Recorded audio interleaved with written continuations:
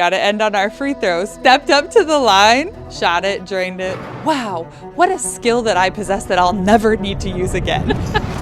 You want to hear the real catalyst to this whole thing? That's literally the point of the podcast. So on some random fucking day of the week, this whole part of you, this whole identity, just gone. And who am I without that? You learn that you're valued for that. Sports was always the thing I knew I was good at. You don't have to stop identifying as an athlete. It's not going to be the same way. Internally, you don't have to shed that identity to move on with your life. You're still the same literal human. On Monday as you are on Tuesday. Yeah. When your sport ends. Yeah, and you wake up and you don't have practice anymore. This is not a sports podcast. This is an podcast. Emotional work podcast. Yeah. It's about what lives inside of your body. How are you doing? You're the original brainchild of no former athlete. When do you think you told me about it? How long ago did this kind of like come to you? When did I sign up for the first Ironman? Well, the first half Ironman was in 2021. So I think we signed up for it. I don't know. I have the video of when we signed up for it. And I accidentally signed up for the wrong one. That's right. Because they were all selling out. Yeah. Because there were no Ironman. All the Ironmans were canceled in 2020, so we couldn't do it then. You want to hear the real, like, motivation or, like, the real, like, catalyst to this whole thing? Yes, I literally want the real story. That's literally the point of the That's podcast. the point of the podcast? Yeah. Okay. So, not necessarily the idea or the name, no former athlete, but, you know, probably a year before that. We were middle pandemic. We just picked a movie. What was it called? Brittany Runs a Marathon? Yeah. Oh my gosh, that's so funny. Yeah, I remember that. Have I ever told you this? I don't think so, actually. Oh, that's funny. This is new information. Yeah, so I mean, essentially, like, I started working for myself right out of college, right? Let's just say I led a very sedentary life. Yeah. For those 6 years. Mm-hmm. It was really taking a toll on my body. I wasn't really looking how I wanted, wasn't feeling how I wanted to feel anymore. I think that's like the real thing is feeling super different. Yeah. Going from being active and an athlete your whole life and kind of being able to do whatever you want with your body. And I know part of it is aging, but like, I was only like... You started feeling by the it time only a couple years. By the time I was 24, 26, like my body had already changed a ton because I just dropped off. And part of me sometimes thinks that's because of the ACL surgery that I had after junior season and stuff. Like I was still dealing with a lot of knee pain. Mm-hmm. I'm just coming back and playing senior year, and it was hard and it hurt to work out. So once you're not doing it for a purpose to win basketball games, why? And it hurt to work out in a certain way that you were always used to. Yeah, I was used to in a way that the workouts felt like they counted. It hurt to do anything. Yeah. Really, you know? So, yeah, I just lived a very sedentary life through those 6 years. And I think a lot of people kind of went through some version of that in pandemic as well. I don't remember how many months into it we were, but then we picked a movie. Brittany Runs a Marathon. Oh, I need some motivation. Like, this might motivate me a little bit, you know? Yeah. And it did do that. It did do that. Success. Our friend had done Ironman and competed in Ironman. And so I had kind of heard of that and knew that it was just really hard. Yeah. And so I was like, from that moment when that movie ended, like that night, I was like looking up Ironmans. Oh my God. And I'm like, oh yeah, that's fucking hard. Yeah, I should sign up for that. You would. Yeah. It was just like, I knew I needed something that was a deadline, a date, pay money for it, and something that I could never finish if I didn't train for it. Yeah. You literally can't complete it without training. Especially like at my body weight, at my body composition. You're at your heaviest I'd weight. never swam or cycled. Like, you know, like someone who's done it before. You had torn both ACLs in your past. You've had knee surgeries. Yeah. We had run a few half marathons over those 6 years. Yeah. Trained a little bit, you know. Being collegiate athletes, we could, even though we were, you know, a few years out from playing, like we could still kind of fake our way through a half marathon. Yeah, you know what, you can just like be brutal. You can just like, like it sucks. Shove your way through something. I don't recommend it. play through the pain, if you will. So yeah, I knew I needed to sign up for something big. But the catalyst moment really was watching that movie, which I think is really funny and also like cool as a fellow filmmaker. Like we do hope that projects like that like can inspire someone to do something, you know? Yeah, and full circle that like we're making a film out of prompted you to then document the entire journey. Like literally from the day that you signed up for it, you knew that you wanted to make this documentary. Yeah. So we've literally been filming trainings since 2020. Yeah, everything since 2020. I didn't know exactly what that would look like, but I knew I had the skills to kind of capture my training and capture my experience. Not really so much an Ironman film, but a self-development journey film and documentary. So it kind of started there, and it was probably months later of just thinking on it and brainstorming and kind of figuring out how I felt about all these things was when I finally landed on the name of the documentary, which is No Former Athlete. So here we are today. And I remember the moment that it came to me, and I just knew immediately it was right. It just felt really right. And a lot of the inspiration behind the name actually comes from my friend Cody Warner, who started kind of a community back in 2018 called No Small Creator. So obviously the name really plays off of that, but for an entirely different demographic. And just the idea, like I was just sick of not feeling like an athlete that I felt like I was my whole life. And that name just really, when it came to me, I was like, yeah, that's right. So yeah. And I remember, was I still working at the clinic by the time when you came up with the name? Yeah. I think I was still working full time as a physical therapist in the clinic at that time. And I remember I came home and you were just like, babe, the documentary that I want to make, No Former Athlete. And I was just like, yeah. You knew right away. Yeah. I was like, I don't know exactly what all is going to go into it. Because like at that point too, we were not like fully working together as we do now. But you just saying those words, my brain like put all the things. Yeah. It just makes sense. Yeah. I also just... Which is saying something, because over the years I've thrown a lot of like names at you for like brands and products and stuff, and you're usually pretty ambivalent. You're like, I gotta feel it out, you know? I don't know how to also, help you. When she says throw some names out, like I've heard a lot of ideas of a lot of things over the years. Yes, so that's for sure true. Yeah.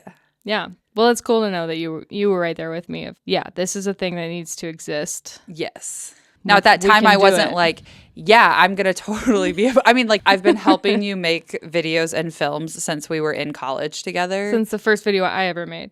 Yes, so. I was there for the first video you ever made. But I didn't realize how much of a part of it I was going to be, which I am also very excited about. This was the one business that I had suggested that you kept bringing up. Yeah. Versus the other ones, it was always just like me bouncing ideas or whatever. But it was just me helping. You were clearly very excited about it. You've over time realized that this is exactly where you want to be and exactly what you want to be working on for the foreseeable future. Yeah. Potentially decades. Yeah. Life's work kind of situation. I think that excited me to know that you were like so on board with it and so excited about it and made me feel like it had legs in a way that kept me motivated, like filming the training sessions and feeling like we were heading in the right direction, you know? Oh, interesting. Nice. You're welcome. A little external validation for you, my no former athlete.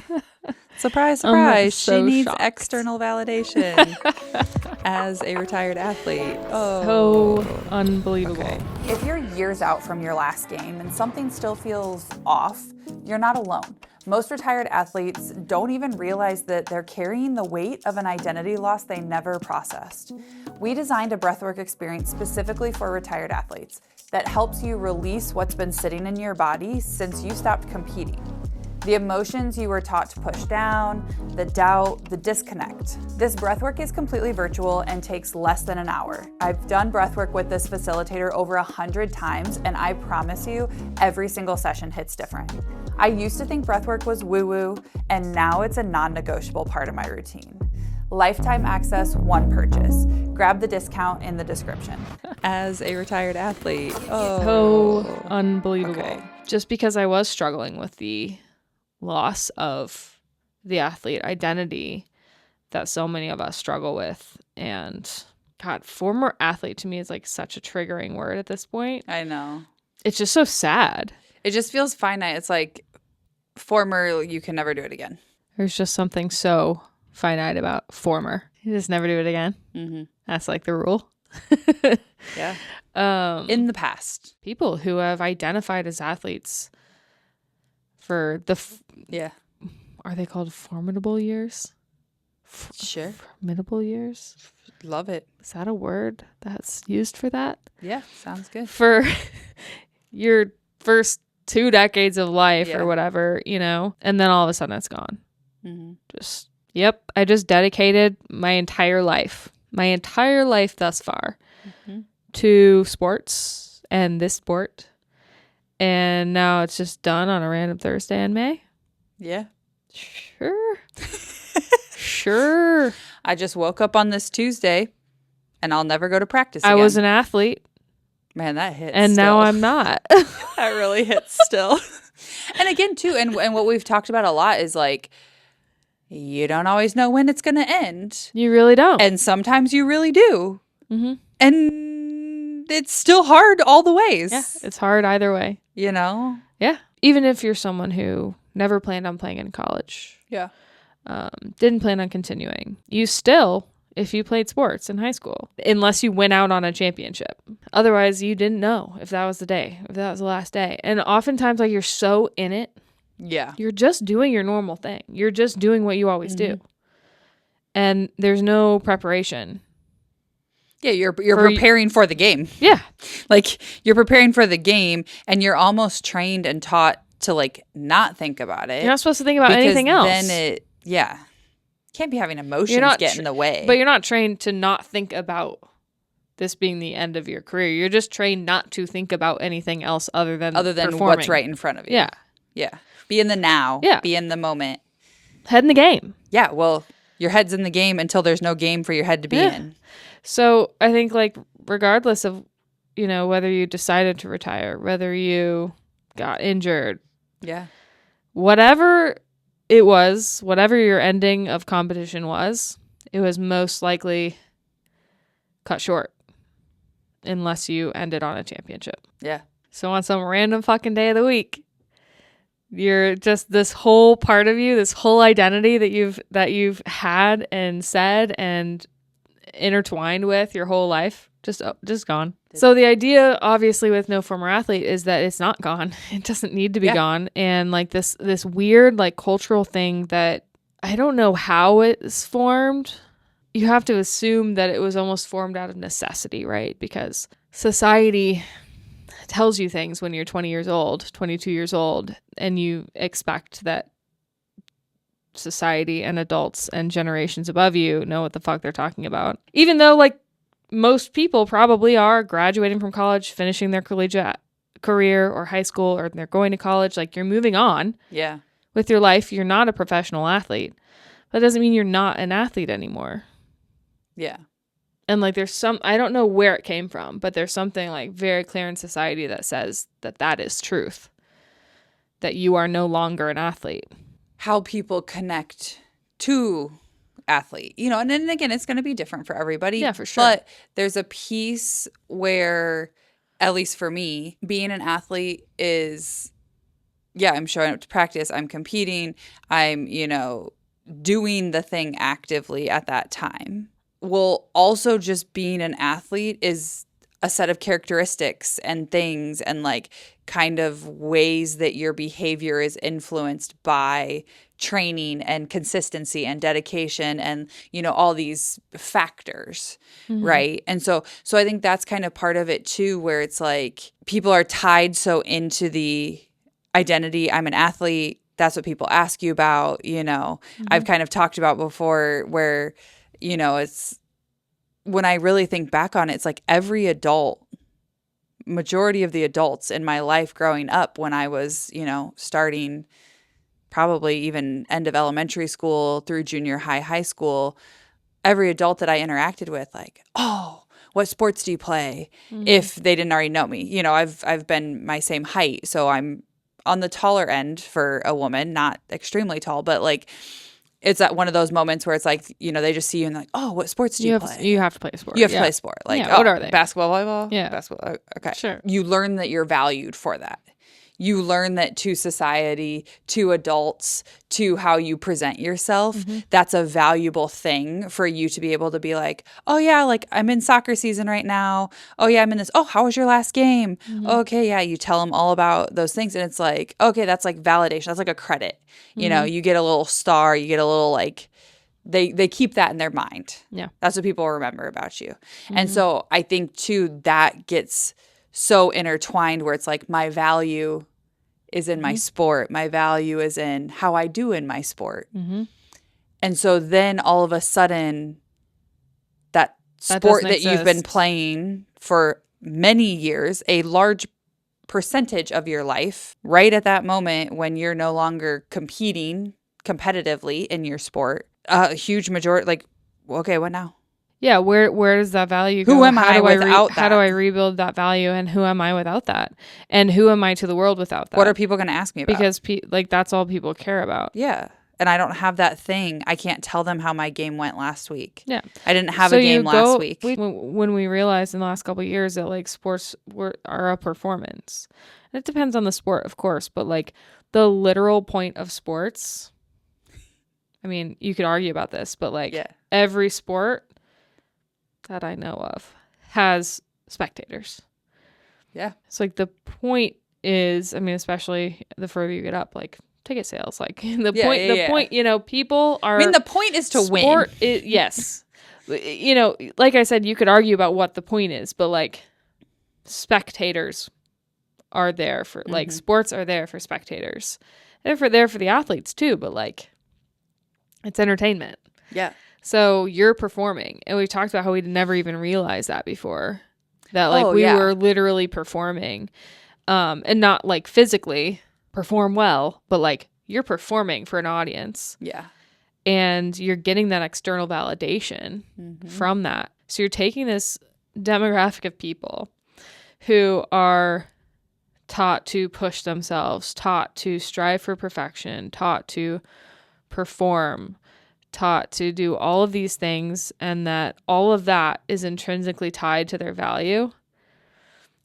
And then you just take it away at a moment.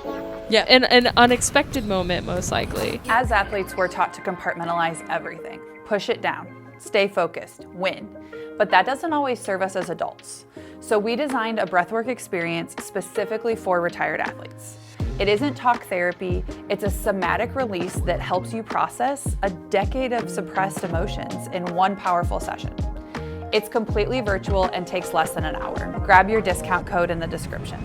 All of that is intrinsically tied to their value, and then you just take it away in a moment. And then on top of it, I mean, I think it's improving, but like on top of it, there's no support. No. And on top of that, you're expected just to move on and forget about it and like not feel bad, like not address it. Yeah. You're not like taught, all right, maybe it's one of those things where it's like, okay, well, you shouldn't have to be taught everything that needs to happen. But the more that we've talked about it and kind of been reflecting on it recently and realizing how much it impacts our life and our decisions still to this day, it's like the 10 more, years later. Yeah. The more that I think about it, it's just you kind of need to grieve it. Absolutely. You need to take that time early after to realize you're going to miss your sport. I wouldn't even say early after. I would say like prepare for like the first year to 2 years of your life after sport to like generally once in a while reflect on how you feel about it and address it. Like, you know me, I'm of the belief that literally every human could benefit from therapy. Yes. Every collegiate program should have like a therapist on staff just to address this with their athletes. Like, I feel that passionately about it. Yeah. That this can impact your life for a very long time. And how would you expect it not to? Yeah. You know? And it's so different for every person. It shows up differently for everybody, right? But there are common themes, you know? I mean, it can impact the career decisions you make. It impacts literally your daily decision making, your habits, and your health. I mean, all of these things are so important to live a well-balanced life.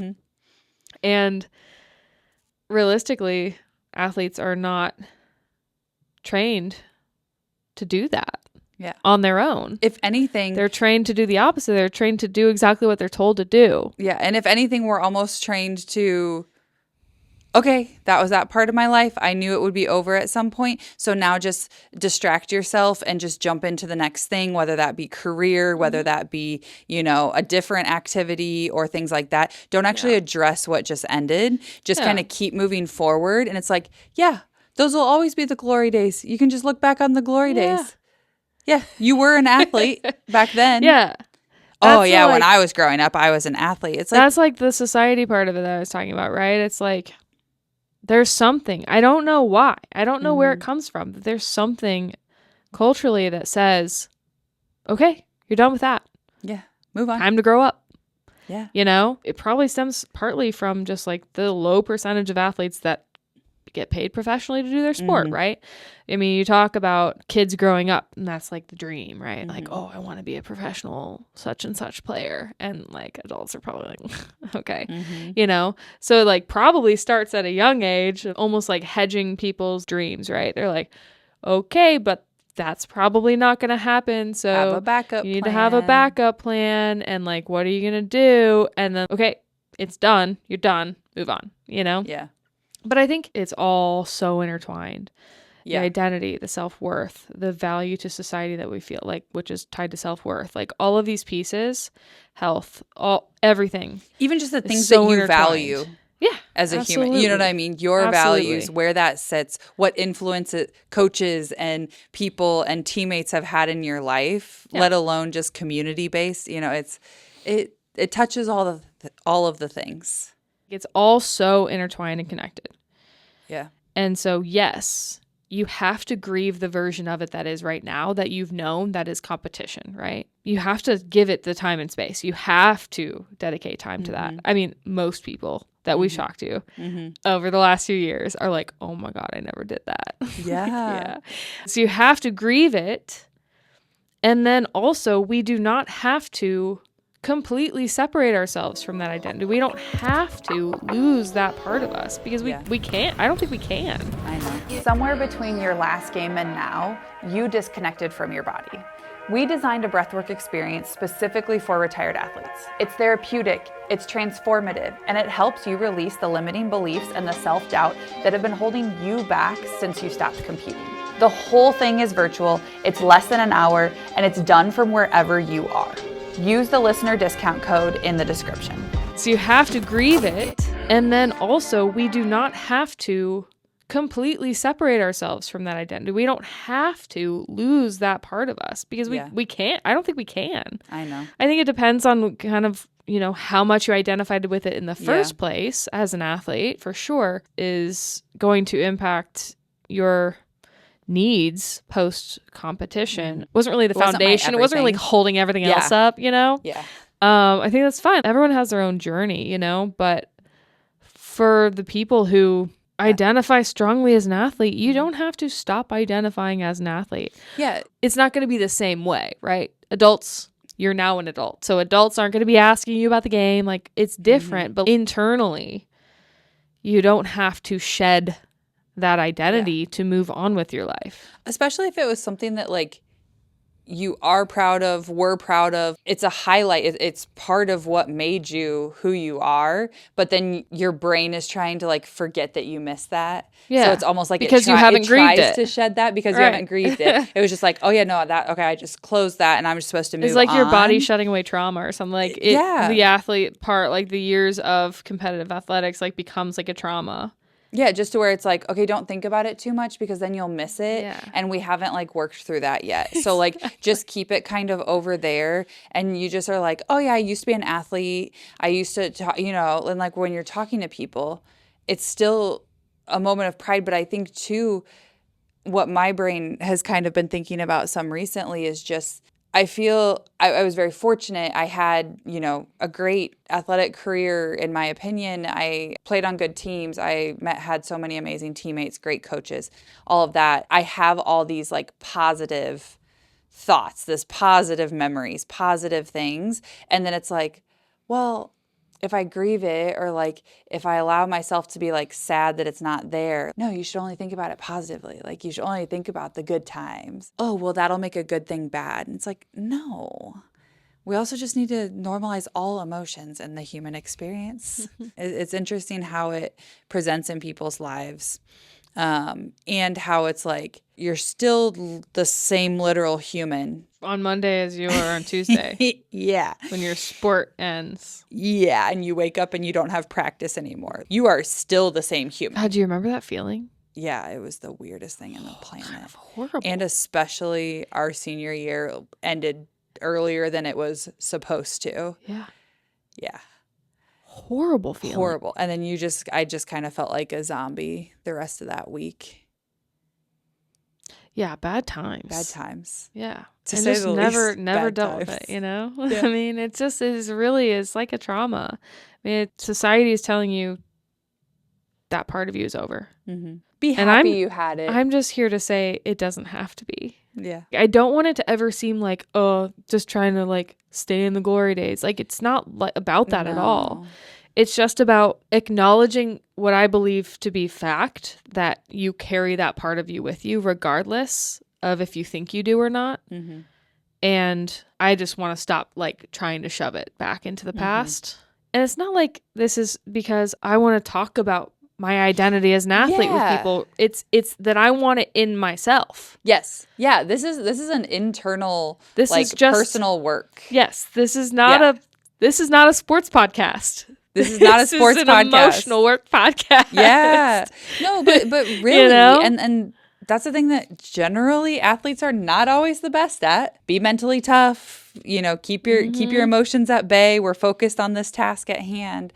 I don't want to still identify as an athlete or say I'm an athlete just so that like people will ask me how good of an athlete I was, or ask me what sports I played. It's like not about external stuff at all. I mean, external stuff still affects us. Right. But this part of it is not the suggestion that we should carry the athlete identity with us, should or do and should acknowledge, is not about any external conversations or people talking to you or asking you questions about it. It's about what lives inside of your body and how we can move forward with our lives post-competition in a healthy way. Yeah. How do you transition? Healthy physically, healthy mentally, yes. healthy emotionally. How do you have this group of people. We have very similar experiences with each other. And most sports we're used to team environment. And then you just rip us out of it and just tell us to fucking move on. And we tell ourselves to do the same. We tell ourselves to do that. Totally. Like, well, everyone else has to go through this too when they're done with their sport. Yeah. Like, so get over it. Yeah. Like, you shouldn't be feeling that bad about it. Everybody else has to do it too. Everybody does it. So it's like, yeah, but everyone's kind of feeling this way. Yeah. And not talking about it. Yeah. And I'm sick of it, know? So this is kind of the point, right? Yeah. It's the point. We should be talking about this experience with each other. Yeah. Because it's mental health. Yeah. That same person who used to play that sport still has that part of them in them. They still know how to play their sport. They still know the actual, like... The skills and the qualities, the characteristics that they have developed over probably 2 decades of practicing a thing. I mean, it just... You carry it with you. You just carry it fucking with you. Well, we joked about it a couple of years ago. We joked about it. I don't know if you remember this. We went down to a court here in Long Beach and we were just playing outside and we were shooting. We were like, okay, got to end on our free throws. And you literally stepped up to the line. Do you remember what you said? You literally like stepped up to the line and you were like, did your normal routine. Sure. Shot it, drained it. You're like, wow, what a skill that I possess that I'll never need to use again. Mind blowing, right? Literally, my mind in that moment was just like, fuck. Unreal. Like, how much time, how many free throws did you... It was so important. So important at the time that it was important. Oh, yeah. Everything was about that. Yeah.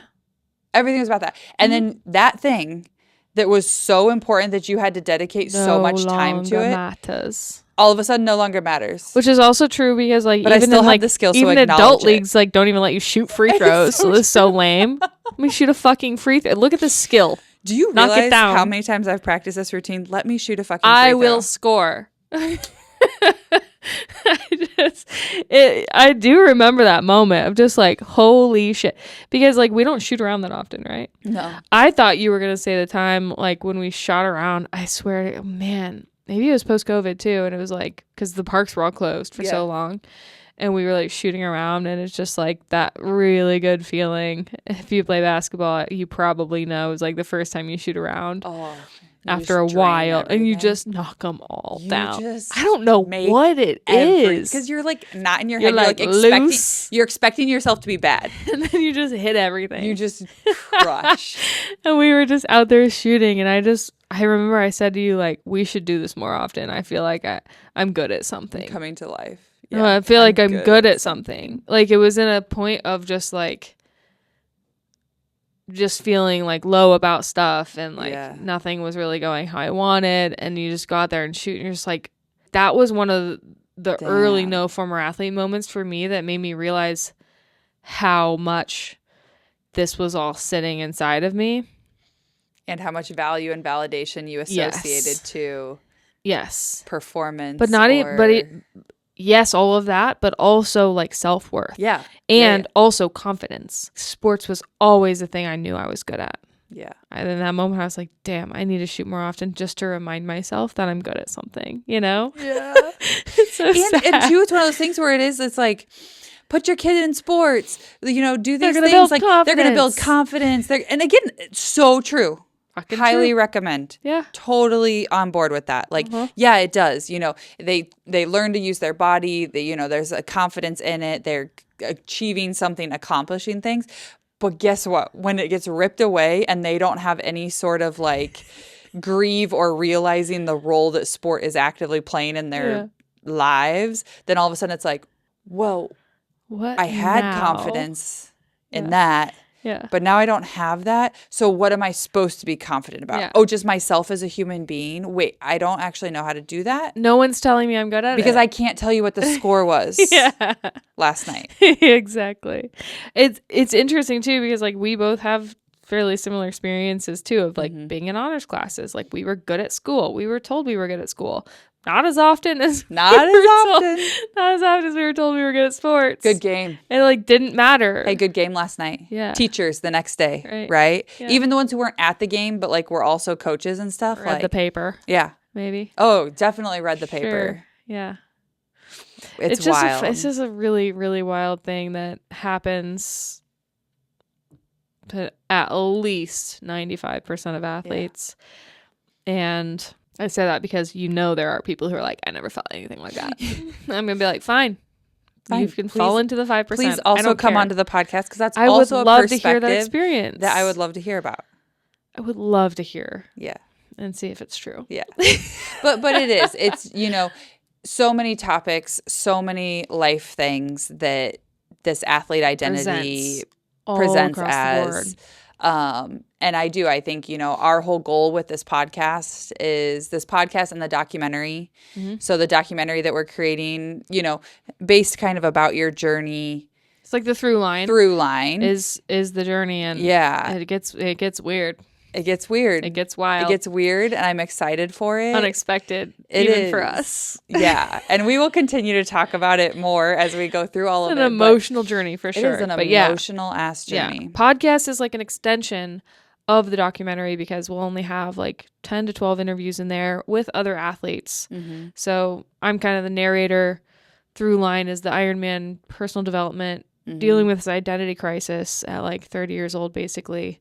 Not because I was turning 30, but just because it had been long enough, I realized that I had never dealt with it, right? Mm-hmm. And it was impacting my health. Yeah. So that's kind of the narrator story. And then we're going to be already started other no former athletes to talk about their experiences and just kind of get a visual on what this looks like for people. Yeah. Because every single person that we've talked to, this has resonated with them. Yeah. In some way, shape, or form. So I don't think we're alone in this. No. Which 2020, 2021, we were like, are we crazy? Like, is this just us? And it's like, we married each other. Like, we were teammates. Maybe we just like, have the same experience. We just have the similar experience because of like how our life is now. And it's like, how intertwined we are. No, it's just that like, again, it's getting better and people are starting to have these conversations, you know, a little bit, which is amazing. And it's, you know, creating more of that community. But like, yeah, you hear even professional athletes, Olympians, you know, you hear media day, you hear post-game interviews, all of this, And then when they retire, they're not getting interviewed on the regular. You know, there's not that touch base that's like, oh, hey, how's everyone doing after the fact? Or if they are, it's like about other things. And it's them just talking about their athletic past or talking about a game that they remember, talking about, you know, them having certain record or whatever, which again is great and awesome. But like also just like, how are you doing? Yeah, how are you doing? So we will continue to explore that. Yeah. And I'm very excited. Explore that with interviewing athletes on all levels. All levels. Wherever you retired at. If you identified as an athlete, you know, we want to hear the stories. Yeah. We want to talk to people. Already, like, getting really interesting nuggets pulled from people. Really, really cool to hear people's experiences. I just, like, my goal with this whole thing is just to build a community of athletes who can identify with this journey of retirement. Yeah. Like, we've talked to some people who are of career retirement age, and they're like, yeah, that sounds familiar, because it is similar to how people feel when they retire from a career, like a lifelong career situation, and they're really unsure of what to do. This just happens to be something that occurs in an athlete's life, usually at the age of 22 or younger for for the majority of the group. Yeah. And expected to just move on and never really talk about it again. So I hope we can start talking about it. Yeah. I want people to start talking about it. Well, we are going to start talking about it, whether people want to listen to us talk about it or not. Yeah, but I hope it sparks a conversation, not just with you and the other podcast guests, but between you and your friend who's an athlete. Like, you know, they were an athlete. Are they still an athlete? How do they feel about that? You know, I just hope that it sparks that. How are they fucking doing? How are they doing? How are you doing? How are you doing? Just ask each other, people, you know? There are no former athletes. Yeah. And you are a no former athlete. You are a no former athlete.